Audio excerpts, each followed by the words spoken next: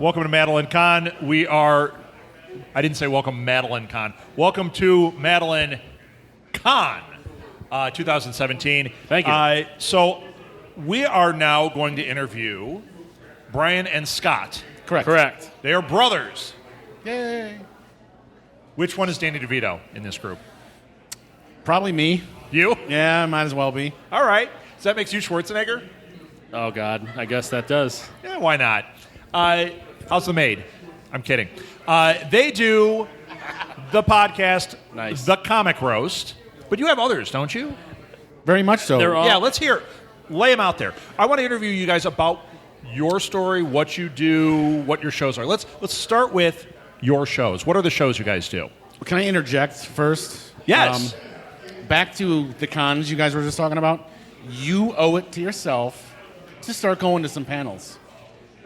I started going for the first time last year, and it is by far one of the best things about the con. I completely agree with you. Just saying. I completely agree with you. My personal problem is I'm either doing the panels or I'm in Artist Alley making the connections I need to make stuff happen. I agree, but So I mean, every it was once in a while I'm easy. like, I'll go to a panel.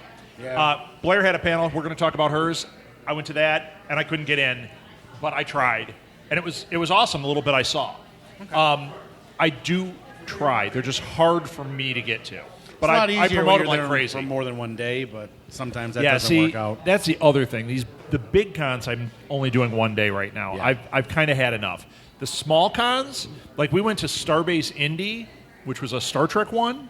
We were there 2 full days, and it was really small. And I was like, but we were invited. And we had our own game room and stuff, and I was like, okay, well, we'll do this. You know what? Had a great time. And the best part was, you start to learn when you're there that much. You kind of learn the ebb and flow with like the celebrities. So I knew when it was busy and when it wasn't. I went in and talked to the celebrities. I mean, I would have a half hour talking to a celebrity, and they were awesome. The guy that plays Grumpy on Once Upon a Time, I talked with him forever. Nice. What a great guy! I can't remember anybody's names. I'm kind of terrible with that, too. It'll Don't hit me feel at bad. some point. So, but the little like the local cons, like I love the library cons, things like that. That one's coming up. In There's June. always library Yeah. cons. We just did Schaumburg. Barrington just had one. Yeah, we do all of these. So, but enough about the cons. Yeah. Scott's like, let's promote the cons. Yeah. So, let's hear. What shows do you guys have? Currently, we do the Comic Roast. That is Scott, myself, Chris, who's supposedly going to be here later, and our friend Damien from Seattle, Washington. He Skypes it every week. We also do a weekly, mostly, it's kind of turned into a tabletop game podcast. It's kind of like one of our main areas of interest at this point. The show started out, we were doing the Rebirth. We were trying to stay on top of the whole Rebirth initiative. Failed miserably because it's just way too much to cover. No, wait. That was on Comic Roast? No, we started a second pod. Well, we've had other podcasts. But if it's that's what I'm not understanding. It's tabletop, but you were starting with Rebirth, the DC Rebirth stuff.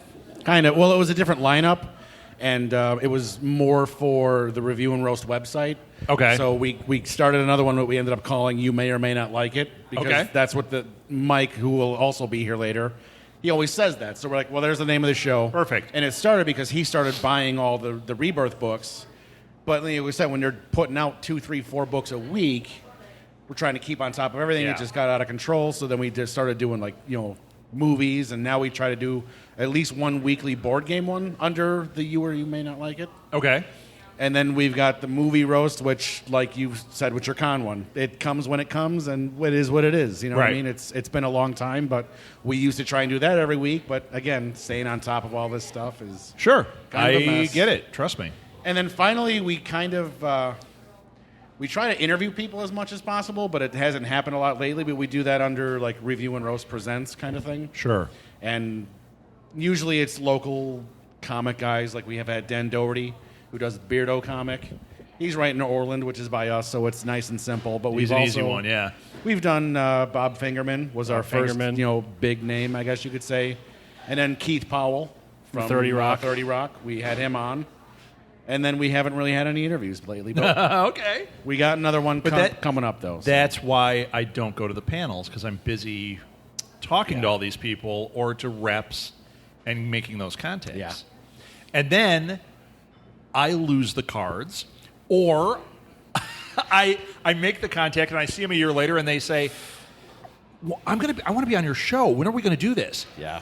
I'm so sorry, Neil Gaiman. Or I mean, it's like literally that bad. It's literally that bad. There's one guy, Mike Veck, who did the he created the Black Spider-Man costume for Secret Wars. Okay. He doesn't really do interviews. He doesn't really do this stuff. But I've seen him so many times, and every time I go, I was going to contact you, and he's like, you're like the one guy I'll do it if you just contact me. I am the worst. I'm the worst. At this point, when you're so small, I'm assuming that, you don't have a million people working for you. No. But you're like us, and you only got 3-4 people, and you keep overextending yourself to try and reach as many people as you can, and it gets to be too much sometimes. It does. Yeah, I mean, we're trying to. There's a comic writer from Seattle, Miles Greb. He was on once. We've been kind of back and forth, maybe try to get him back on.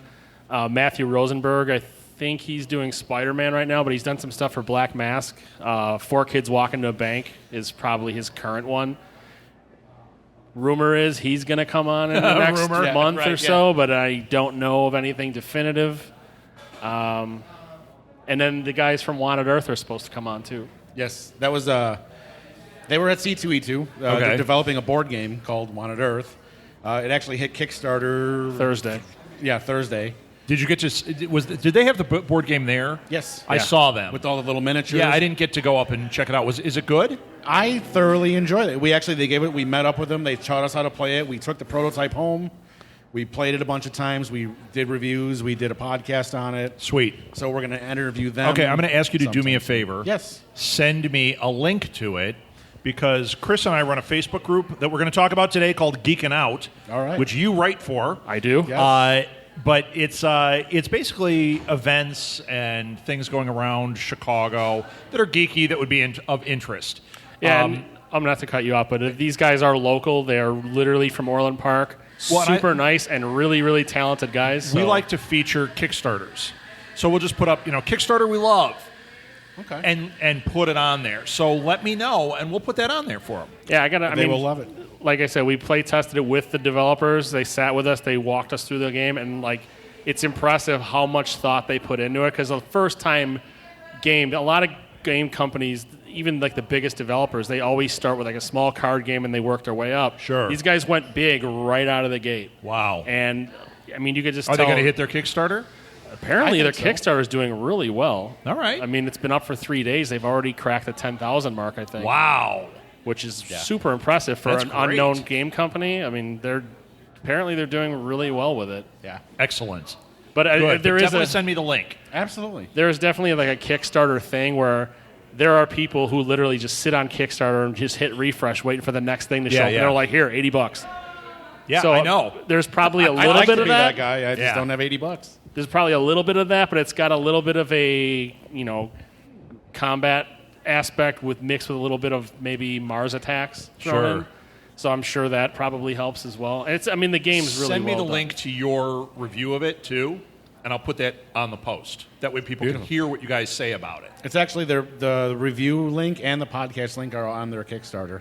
Cool. As well. So, but I'll send you everything. Yeah, send it to absolutely. me. Yeah. Send it to me. So how long have you guys been podcasting? 6 years with a 2-year break. Yeah. The first 2 years we were Scott doing was pregnant. we were doing a He was live definitely thing pregnant. on what was that? Blog Talk Radio. So we're Blog doing Talk, we're sure. doing a 2-hour live show every Sunday with 6 people, which is ridiculous for a live show. We know. And after about 5 or 6 months, it kind of blew up on itself. Half the people quit. The rest of us were fighting about it, and we just kind of stopped. And then, the next 2 years, it's like, we should podcast again. We should do this again. So one day I'm like, you know what? Okay, I'm starting the account. Me, him, and at the time was our friend Joe. We're like, we're going to start the Comic Roast. And it's kind of snowballed from there. We've had people coming in and out. Sure. We've added shows, taken shows away. You know how it goes. But this one has been going strong. Now we just finished our... We're at like episode 130 something. Yeah. Nice. 136 maybe. And that's just with the main comic roast. Then We've got This Week in Geek, which we're actually putting on hiatus now. But I like the word hiatus. we have episode 100 that has been teased for about 2 months. We've done 99, 99.5, 99.99. We did the prequel episode. And it's all leading up to episode 100. Well, because you want it to be special. So when we until pull you- 100, yeah. we're done Yeah. for a while. We're calling it a hiatus. Yeah. Oh, I like that because then you can always bring it back, which is Yes. beautiful. Yes. Yeah. So that's how you guys got into it. Were you always like radio nerds, or were you like, we just want to do this, or you're just nerds?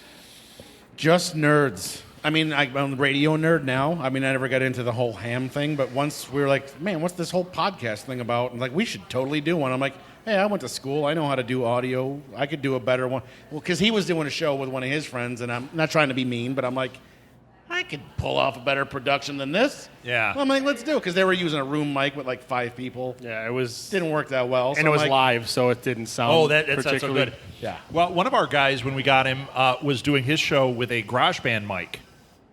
And it was like this, and it was like 3 people. And you could monkey with it to make it sound okay, but Yeah. what a difference when you put a mic in front of each person. Oh, it's ridiculous. Yeah, and we've put a little money into getting better mics, and we got a better mixer, and Sure. upgraded And then our when- computer, that so all it sounds makes a better. difference. Yeah. You know what made a huge difference for us was editing. Yeah. Instead of doing it live, now we record it. I go through it. I edit all the awkwardness Burps, out. Or whatever. farts, Yeah. pauses. great. See, we do so much live stuff that there's almost no editing. You know what? But- though? When you do it for so long, But in the beginning, works. it would be hours of sitting there editing, tweaking, and when there are certain shows we still do that with. But a lot of the stuff that I do with my wife, or I do with Chris or Lil, there's not much editing that has to happen unless somebody's like, wait, something like that. Which happens. We all have a fart reel. Let's face we it. just- you Come just on, hit the Blair. You mute have button. one, right? Yes. you We just all hit the have mute one. button. That's all. Yeah. No. Come on. I want that on recording.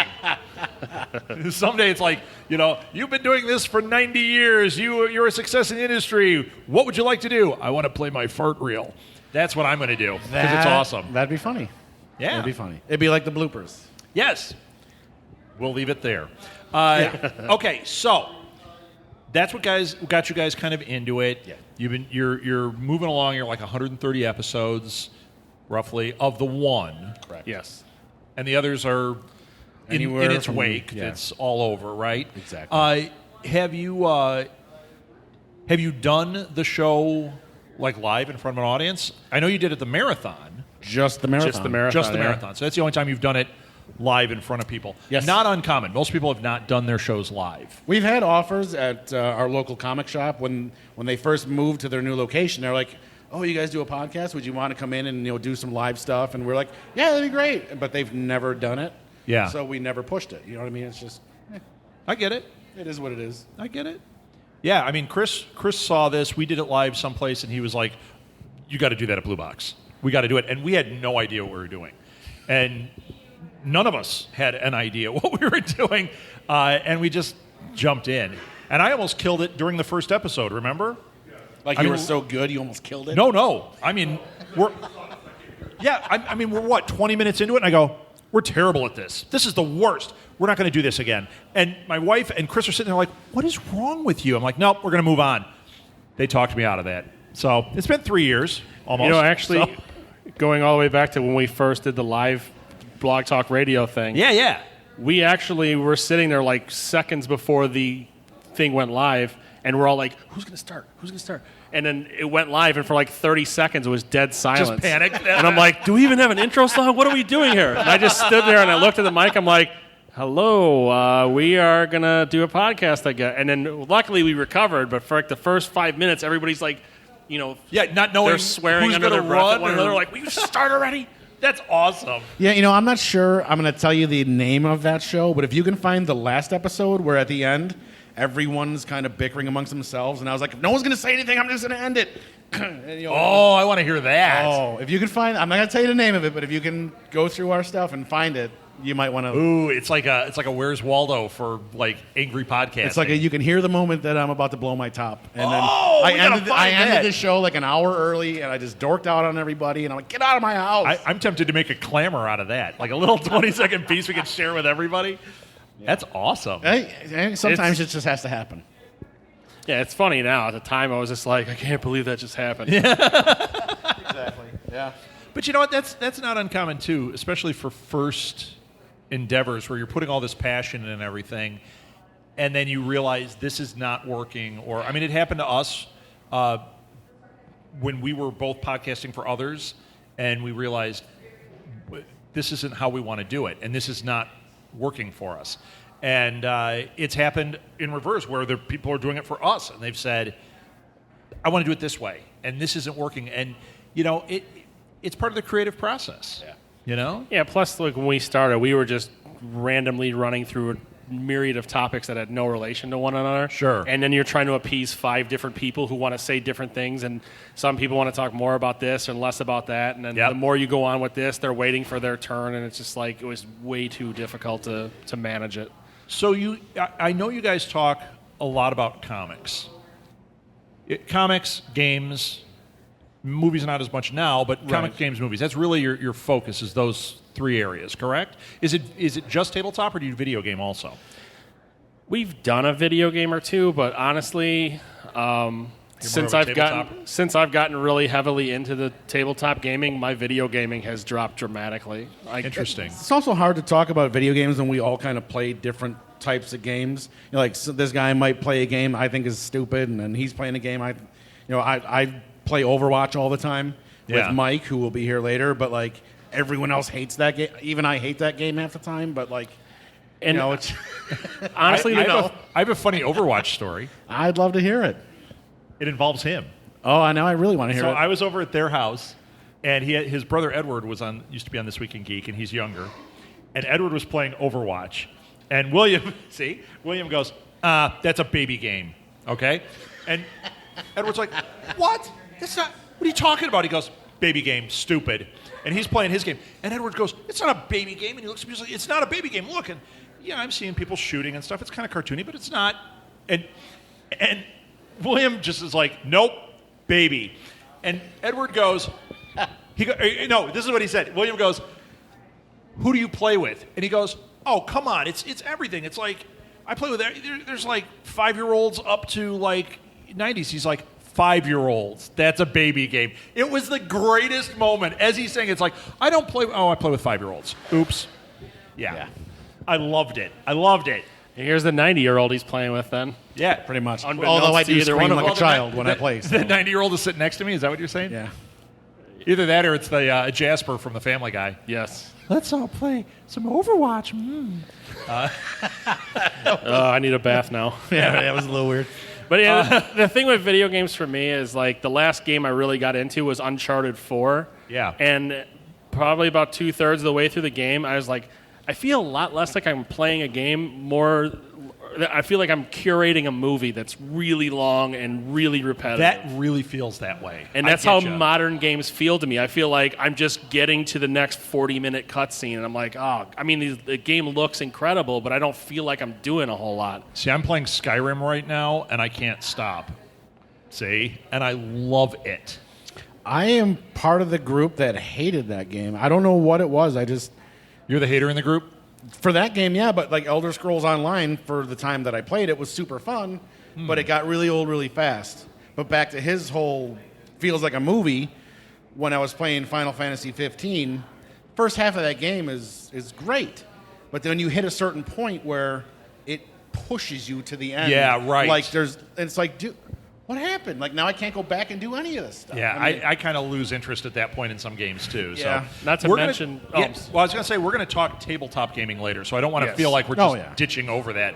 We're going to have you guys back on for that later. Yeah. But go ahead. What were you saying, Brian? I was going to say, like, with Uncharted, there was two things that came to mind, too, when I finally did finish the game, was, A, the end of the game is like a movie in itself. Like I felt like I could have left, gone grocery shopping, grabbed food, came back, and it still would have been going. It's a huge cutscene, right? It's a huge cutscene followed by like the longest credits probably outside of Guardians of the Galaxy. But also, when I started like thinking about it logically towards the end of the game, I'm like, this is a T-rated game, which is, you can effectively let a 12-year-old play it. I've murdered like 600 people. Yeah. With machine guns, and how am I not being chased by law enforcement?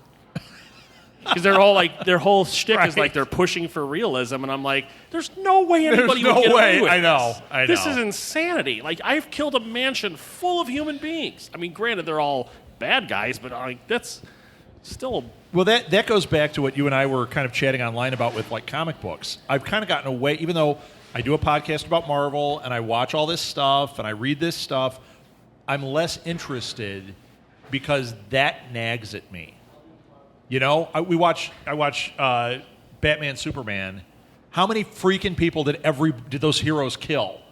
And there's no repercussions. There's nothing. And I get it. You're not going to have a movie about, they're getting booked. That's boring city. Except for in Daredevil, which was awesome when they did that. But, I mean, come on. But now Batman is just like freely killing and has no remorse, just like moves on to the next thing. And I'm like, yeah, you're after the bad guy, but you are killing so many people to do it.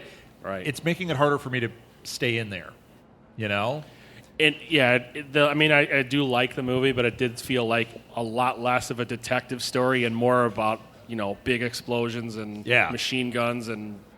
Well, let's face it. Part of his reason for going after Superman in the first place was Superman's lack of respect for everybody he killed in the first movie, which he showed a lot of himself. I mean, not at all. Right. But I bet he does in Justice League because that seems like the Steel Magnolias of superhero films. Well, I mean, since we're talking about the Batman versus Not Superman, even a laugh at that. That was a good one. No, it wasn't. No. Dang. Snap. Yeah. Well, my parents can't hear, so they just kind of nod and laugh. My only real issue with Batman versus Superman was they're fighting, they're duking it out, they're about ready to kill each other, and then it's like, why did you say Martha? Yeah. Like, okay, we do that line your mother on shares every the show. same name, and that's why you guys are friends now. Come on. I'm actually surprised that you said it first today. But explains that, doesn't it? Did you see the director's cut? I'm going to go ahead and say maybe.